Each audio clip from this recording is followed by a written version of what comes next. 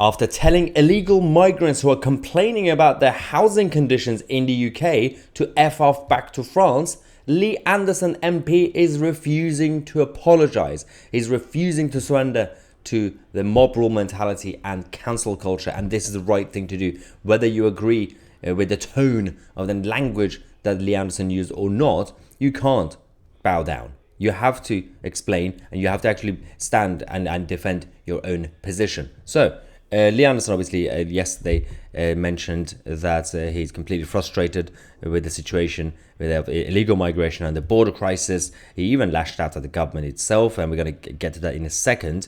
And he basically said the new barge that we have near Portland, that's not even the perfect solution, as I said yesterday, but it's going to be hosting a few hundred people, these illegal migrants, which is it's still better than a lot of the hotels, and still better than the tents that they were staying in. Some of them are complaining. Some of them are saying, we can't really live on the barge because we have a fear of water.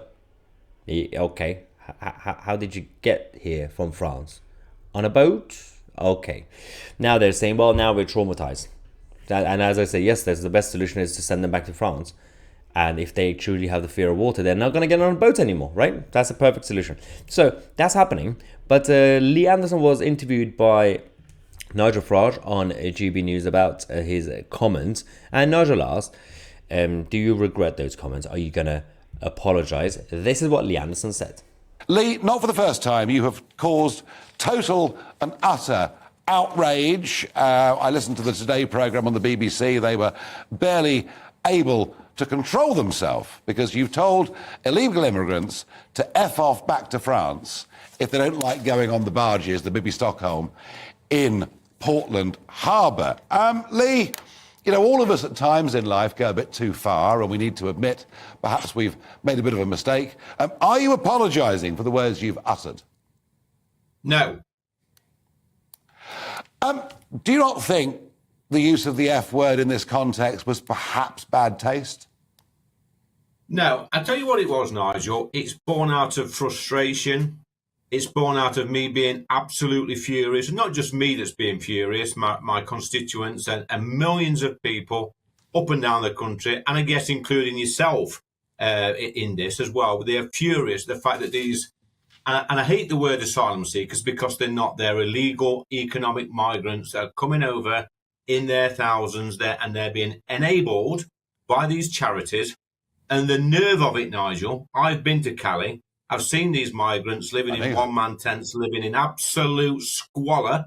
Then they get here, and we do our best. We bend over backwards to put them in decent accommodation, and all of a sudden they get a choice. Let's not forget, Nigel, this barge, we've got workmen in the oil industry, grafters, living on these barges, doing a good job for this great country of ours, and they never complain once. Now, firstly, I haven't seen any outrage from the political left when it comes to our own British citizens, the homeless and those who are in a vulnerable situation when they have bad housing conditions. I haven't seen any outrage from them when it comes to a lot of people still waiting. You know, they're in the waiting list and they are living in very bad conditions.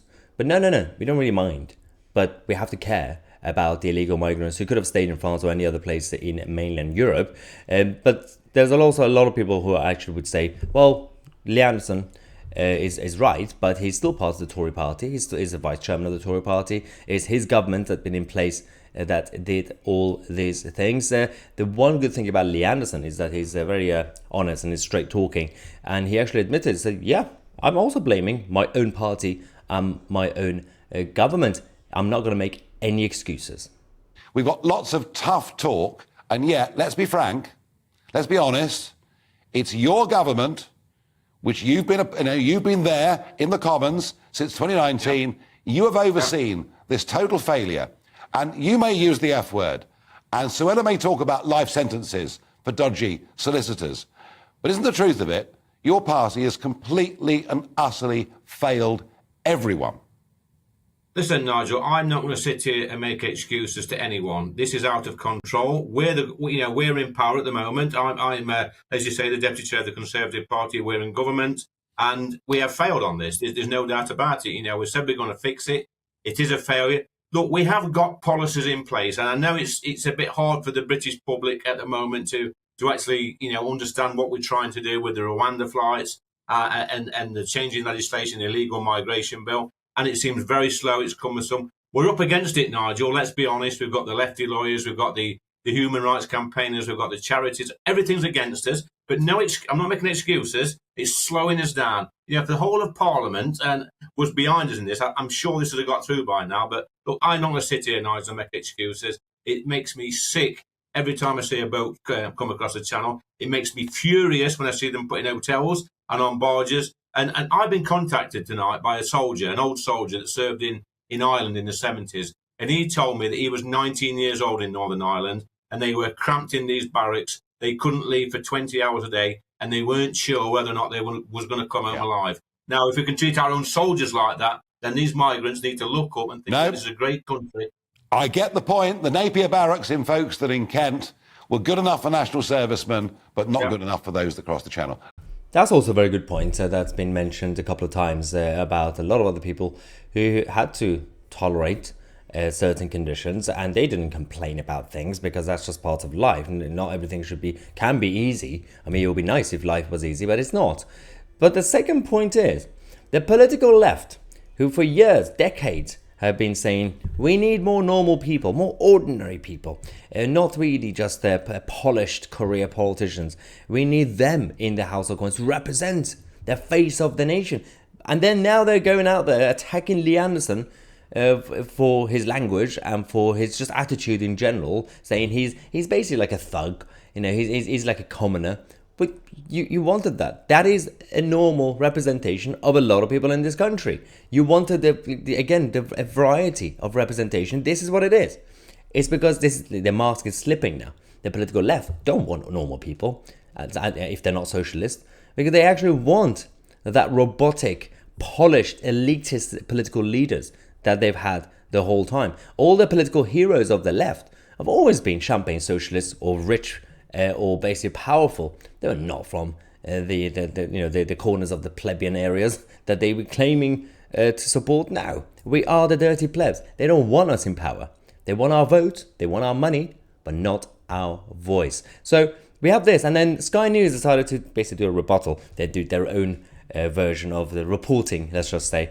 And they spoke to a migrant from Syria, called him a Syrian asylum seeker or Syrian refugee. And this man was complaining about the barge, saying, well, the room is too small. And it just gives me some PTSD, I guess. Because we all run away from war, trauma, or conflict. And we're looking for more space, So if you put me in and squeeze me in smaller place, you are putting me back to that small room where I was hiding when ISIS were attacking our area. Now, we can't judge each individual person or case because at this point, because there's so many people illegally entering the country, you can't really tell who is genuine and who's not, and who's actually a political refugee and who's not, right? So I'm not going to actually make it about this person individually. The one thing I would say is, without knowing the background, there's a lot of other young, healthy men like him who are here. So I'm just going to say people like him who are saying, we escaped. Where is the women and children? Where are the vulnerable people in your family? What happened to them? Are they still there? Why did you leave them and abandon them? And if you're talking about trauma and PTSD, and considering he just said he escaped Syria because of the Islamic State. Well, they've been defeated by Assad. So why not go back to Syria? I'm slightly confused. If he had said my case is against Assad, I'd be like, okay, let's see what you have to say. But the problem he had was with ISIL. I mean, I don't understand this. But again, the main question is the vulnerable people in the family. Where are they? Why is everybody, the majority, happen to be young, healthy men? These are the questions we have to ask. It's not really about punching down. I'm not really judging each individual, but this is just about the wider point. And that, again, we got the warning from Al-Qaeda and many others years ago saying, we are gonna send our soldiers into your countries by pretending to be asylum seekers. They just said that.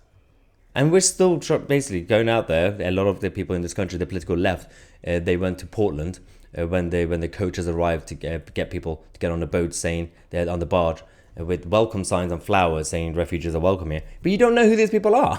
Some of them might be refugees. Some of them might not. Firstly, if they were refugees, they were already in mainland Europe in a safe place. At that point, if you leave France, you now become an economic migrant, not a refugee. Apparently, this is controversial and politically incorrect. Anyway, let me know your thoughts. I'm Mahyar Tousi, and we are the media.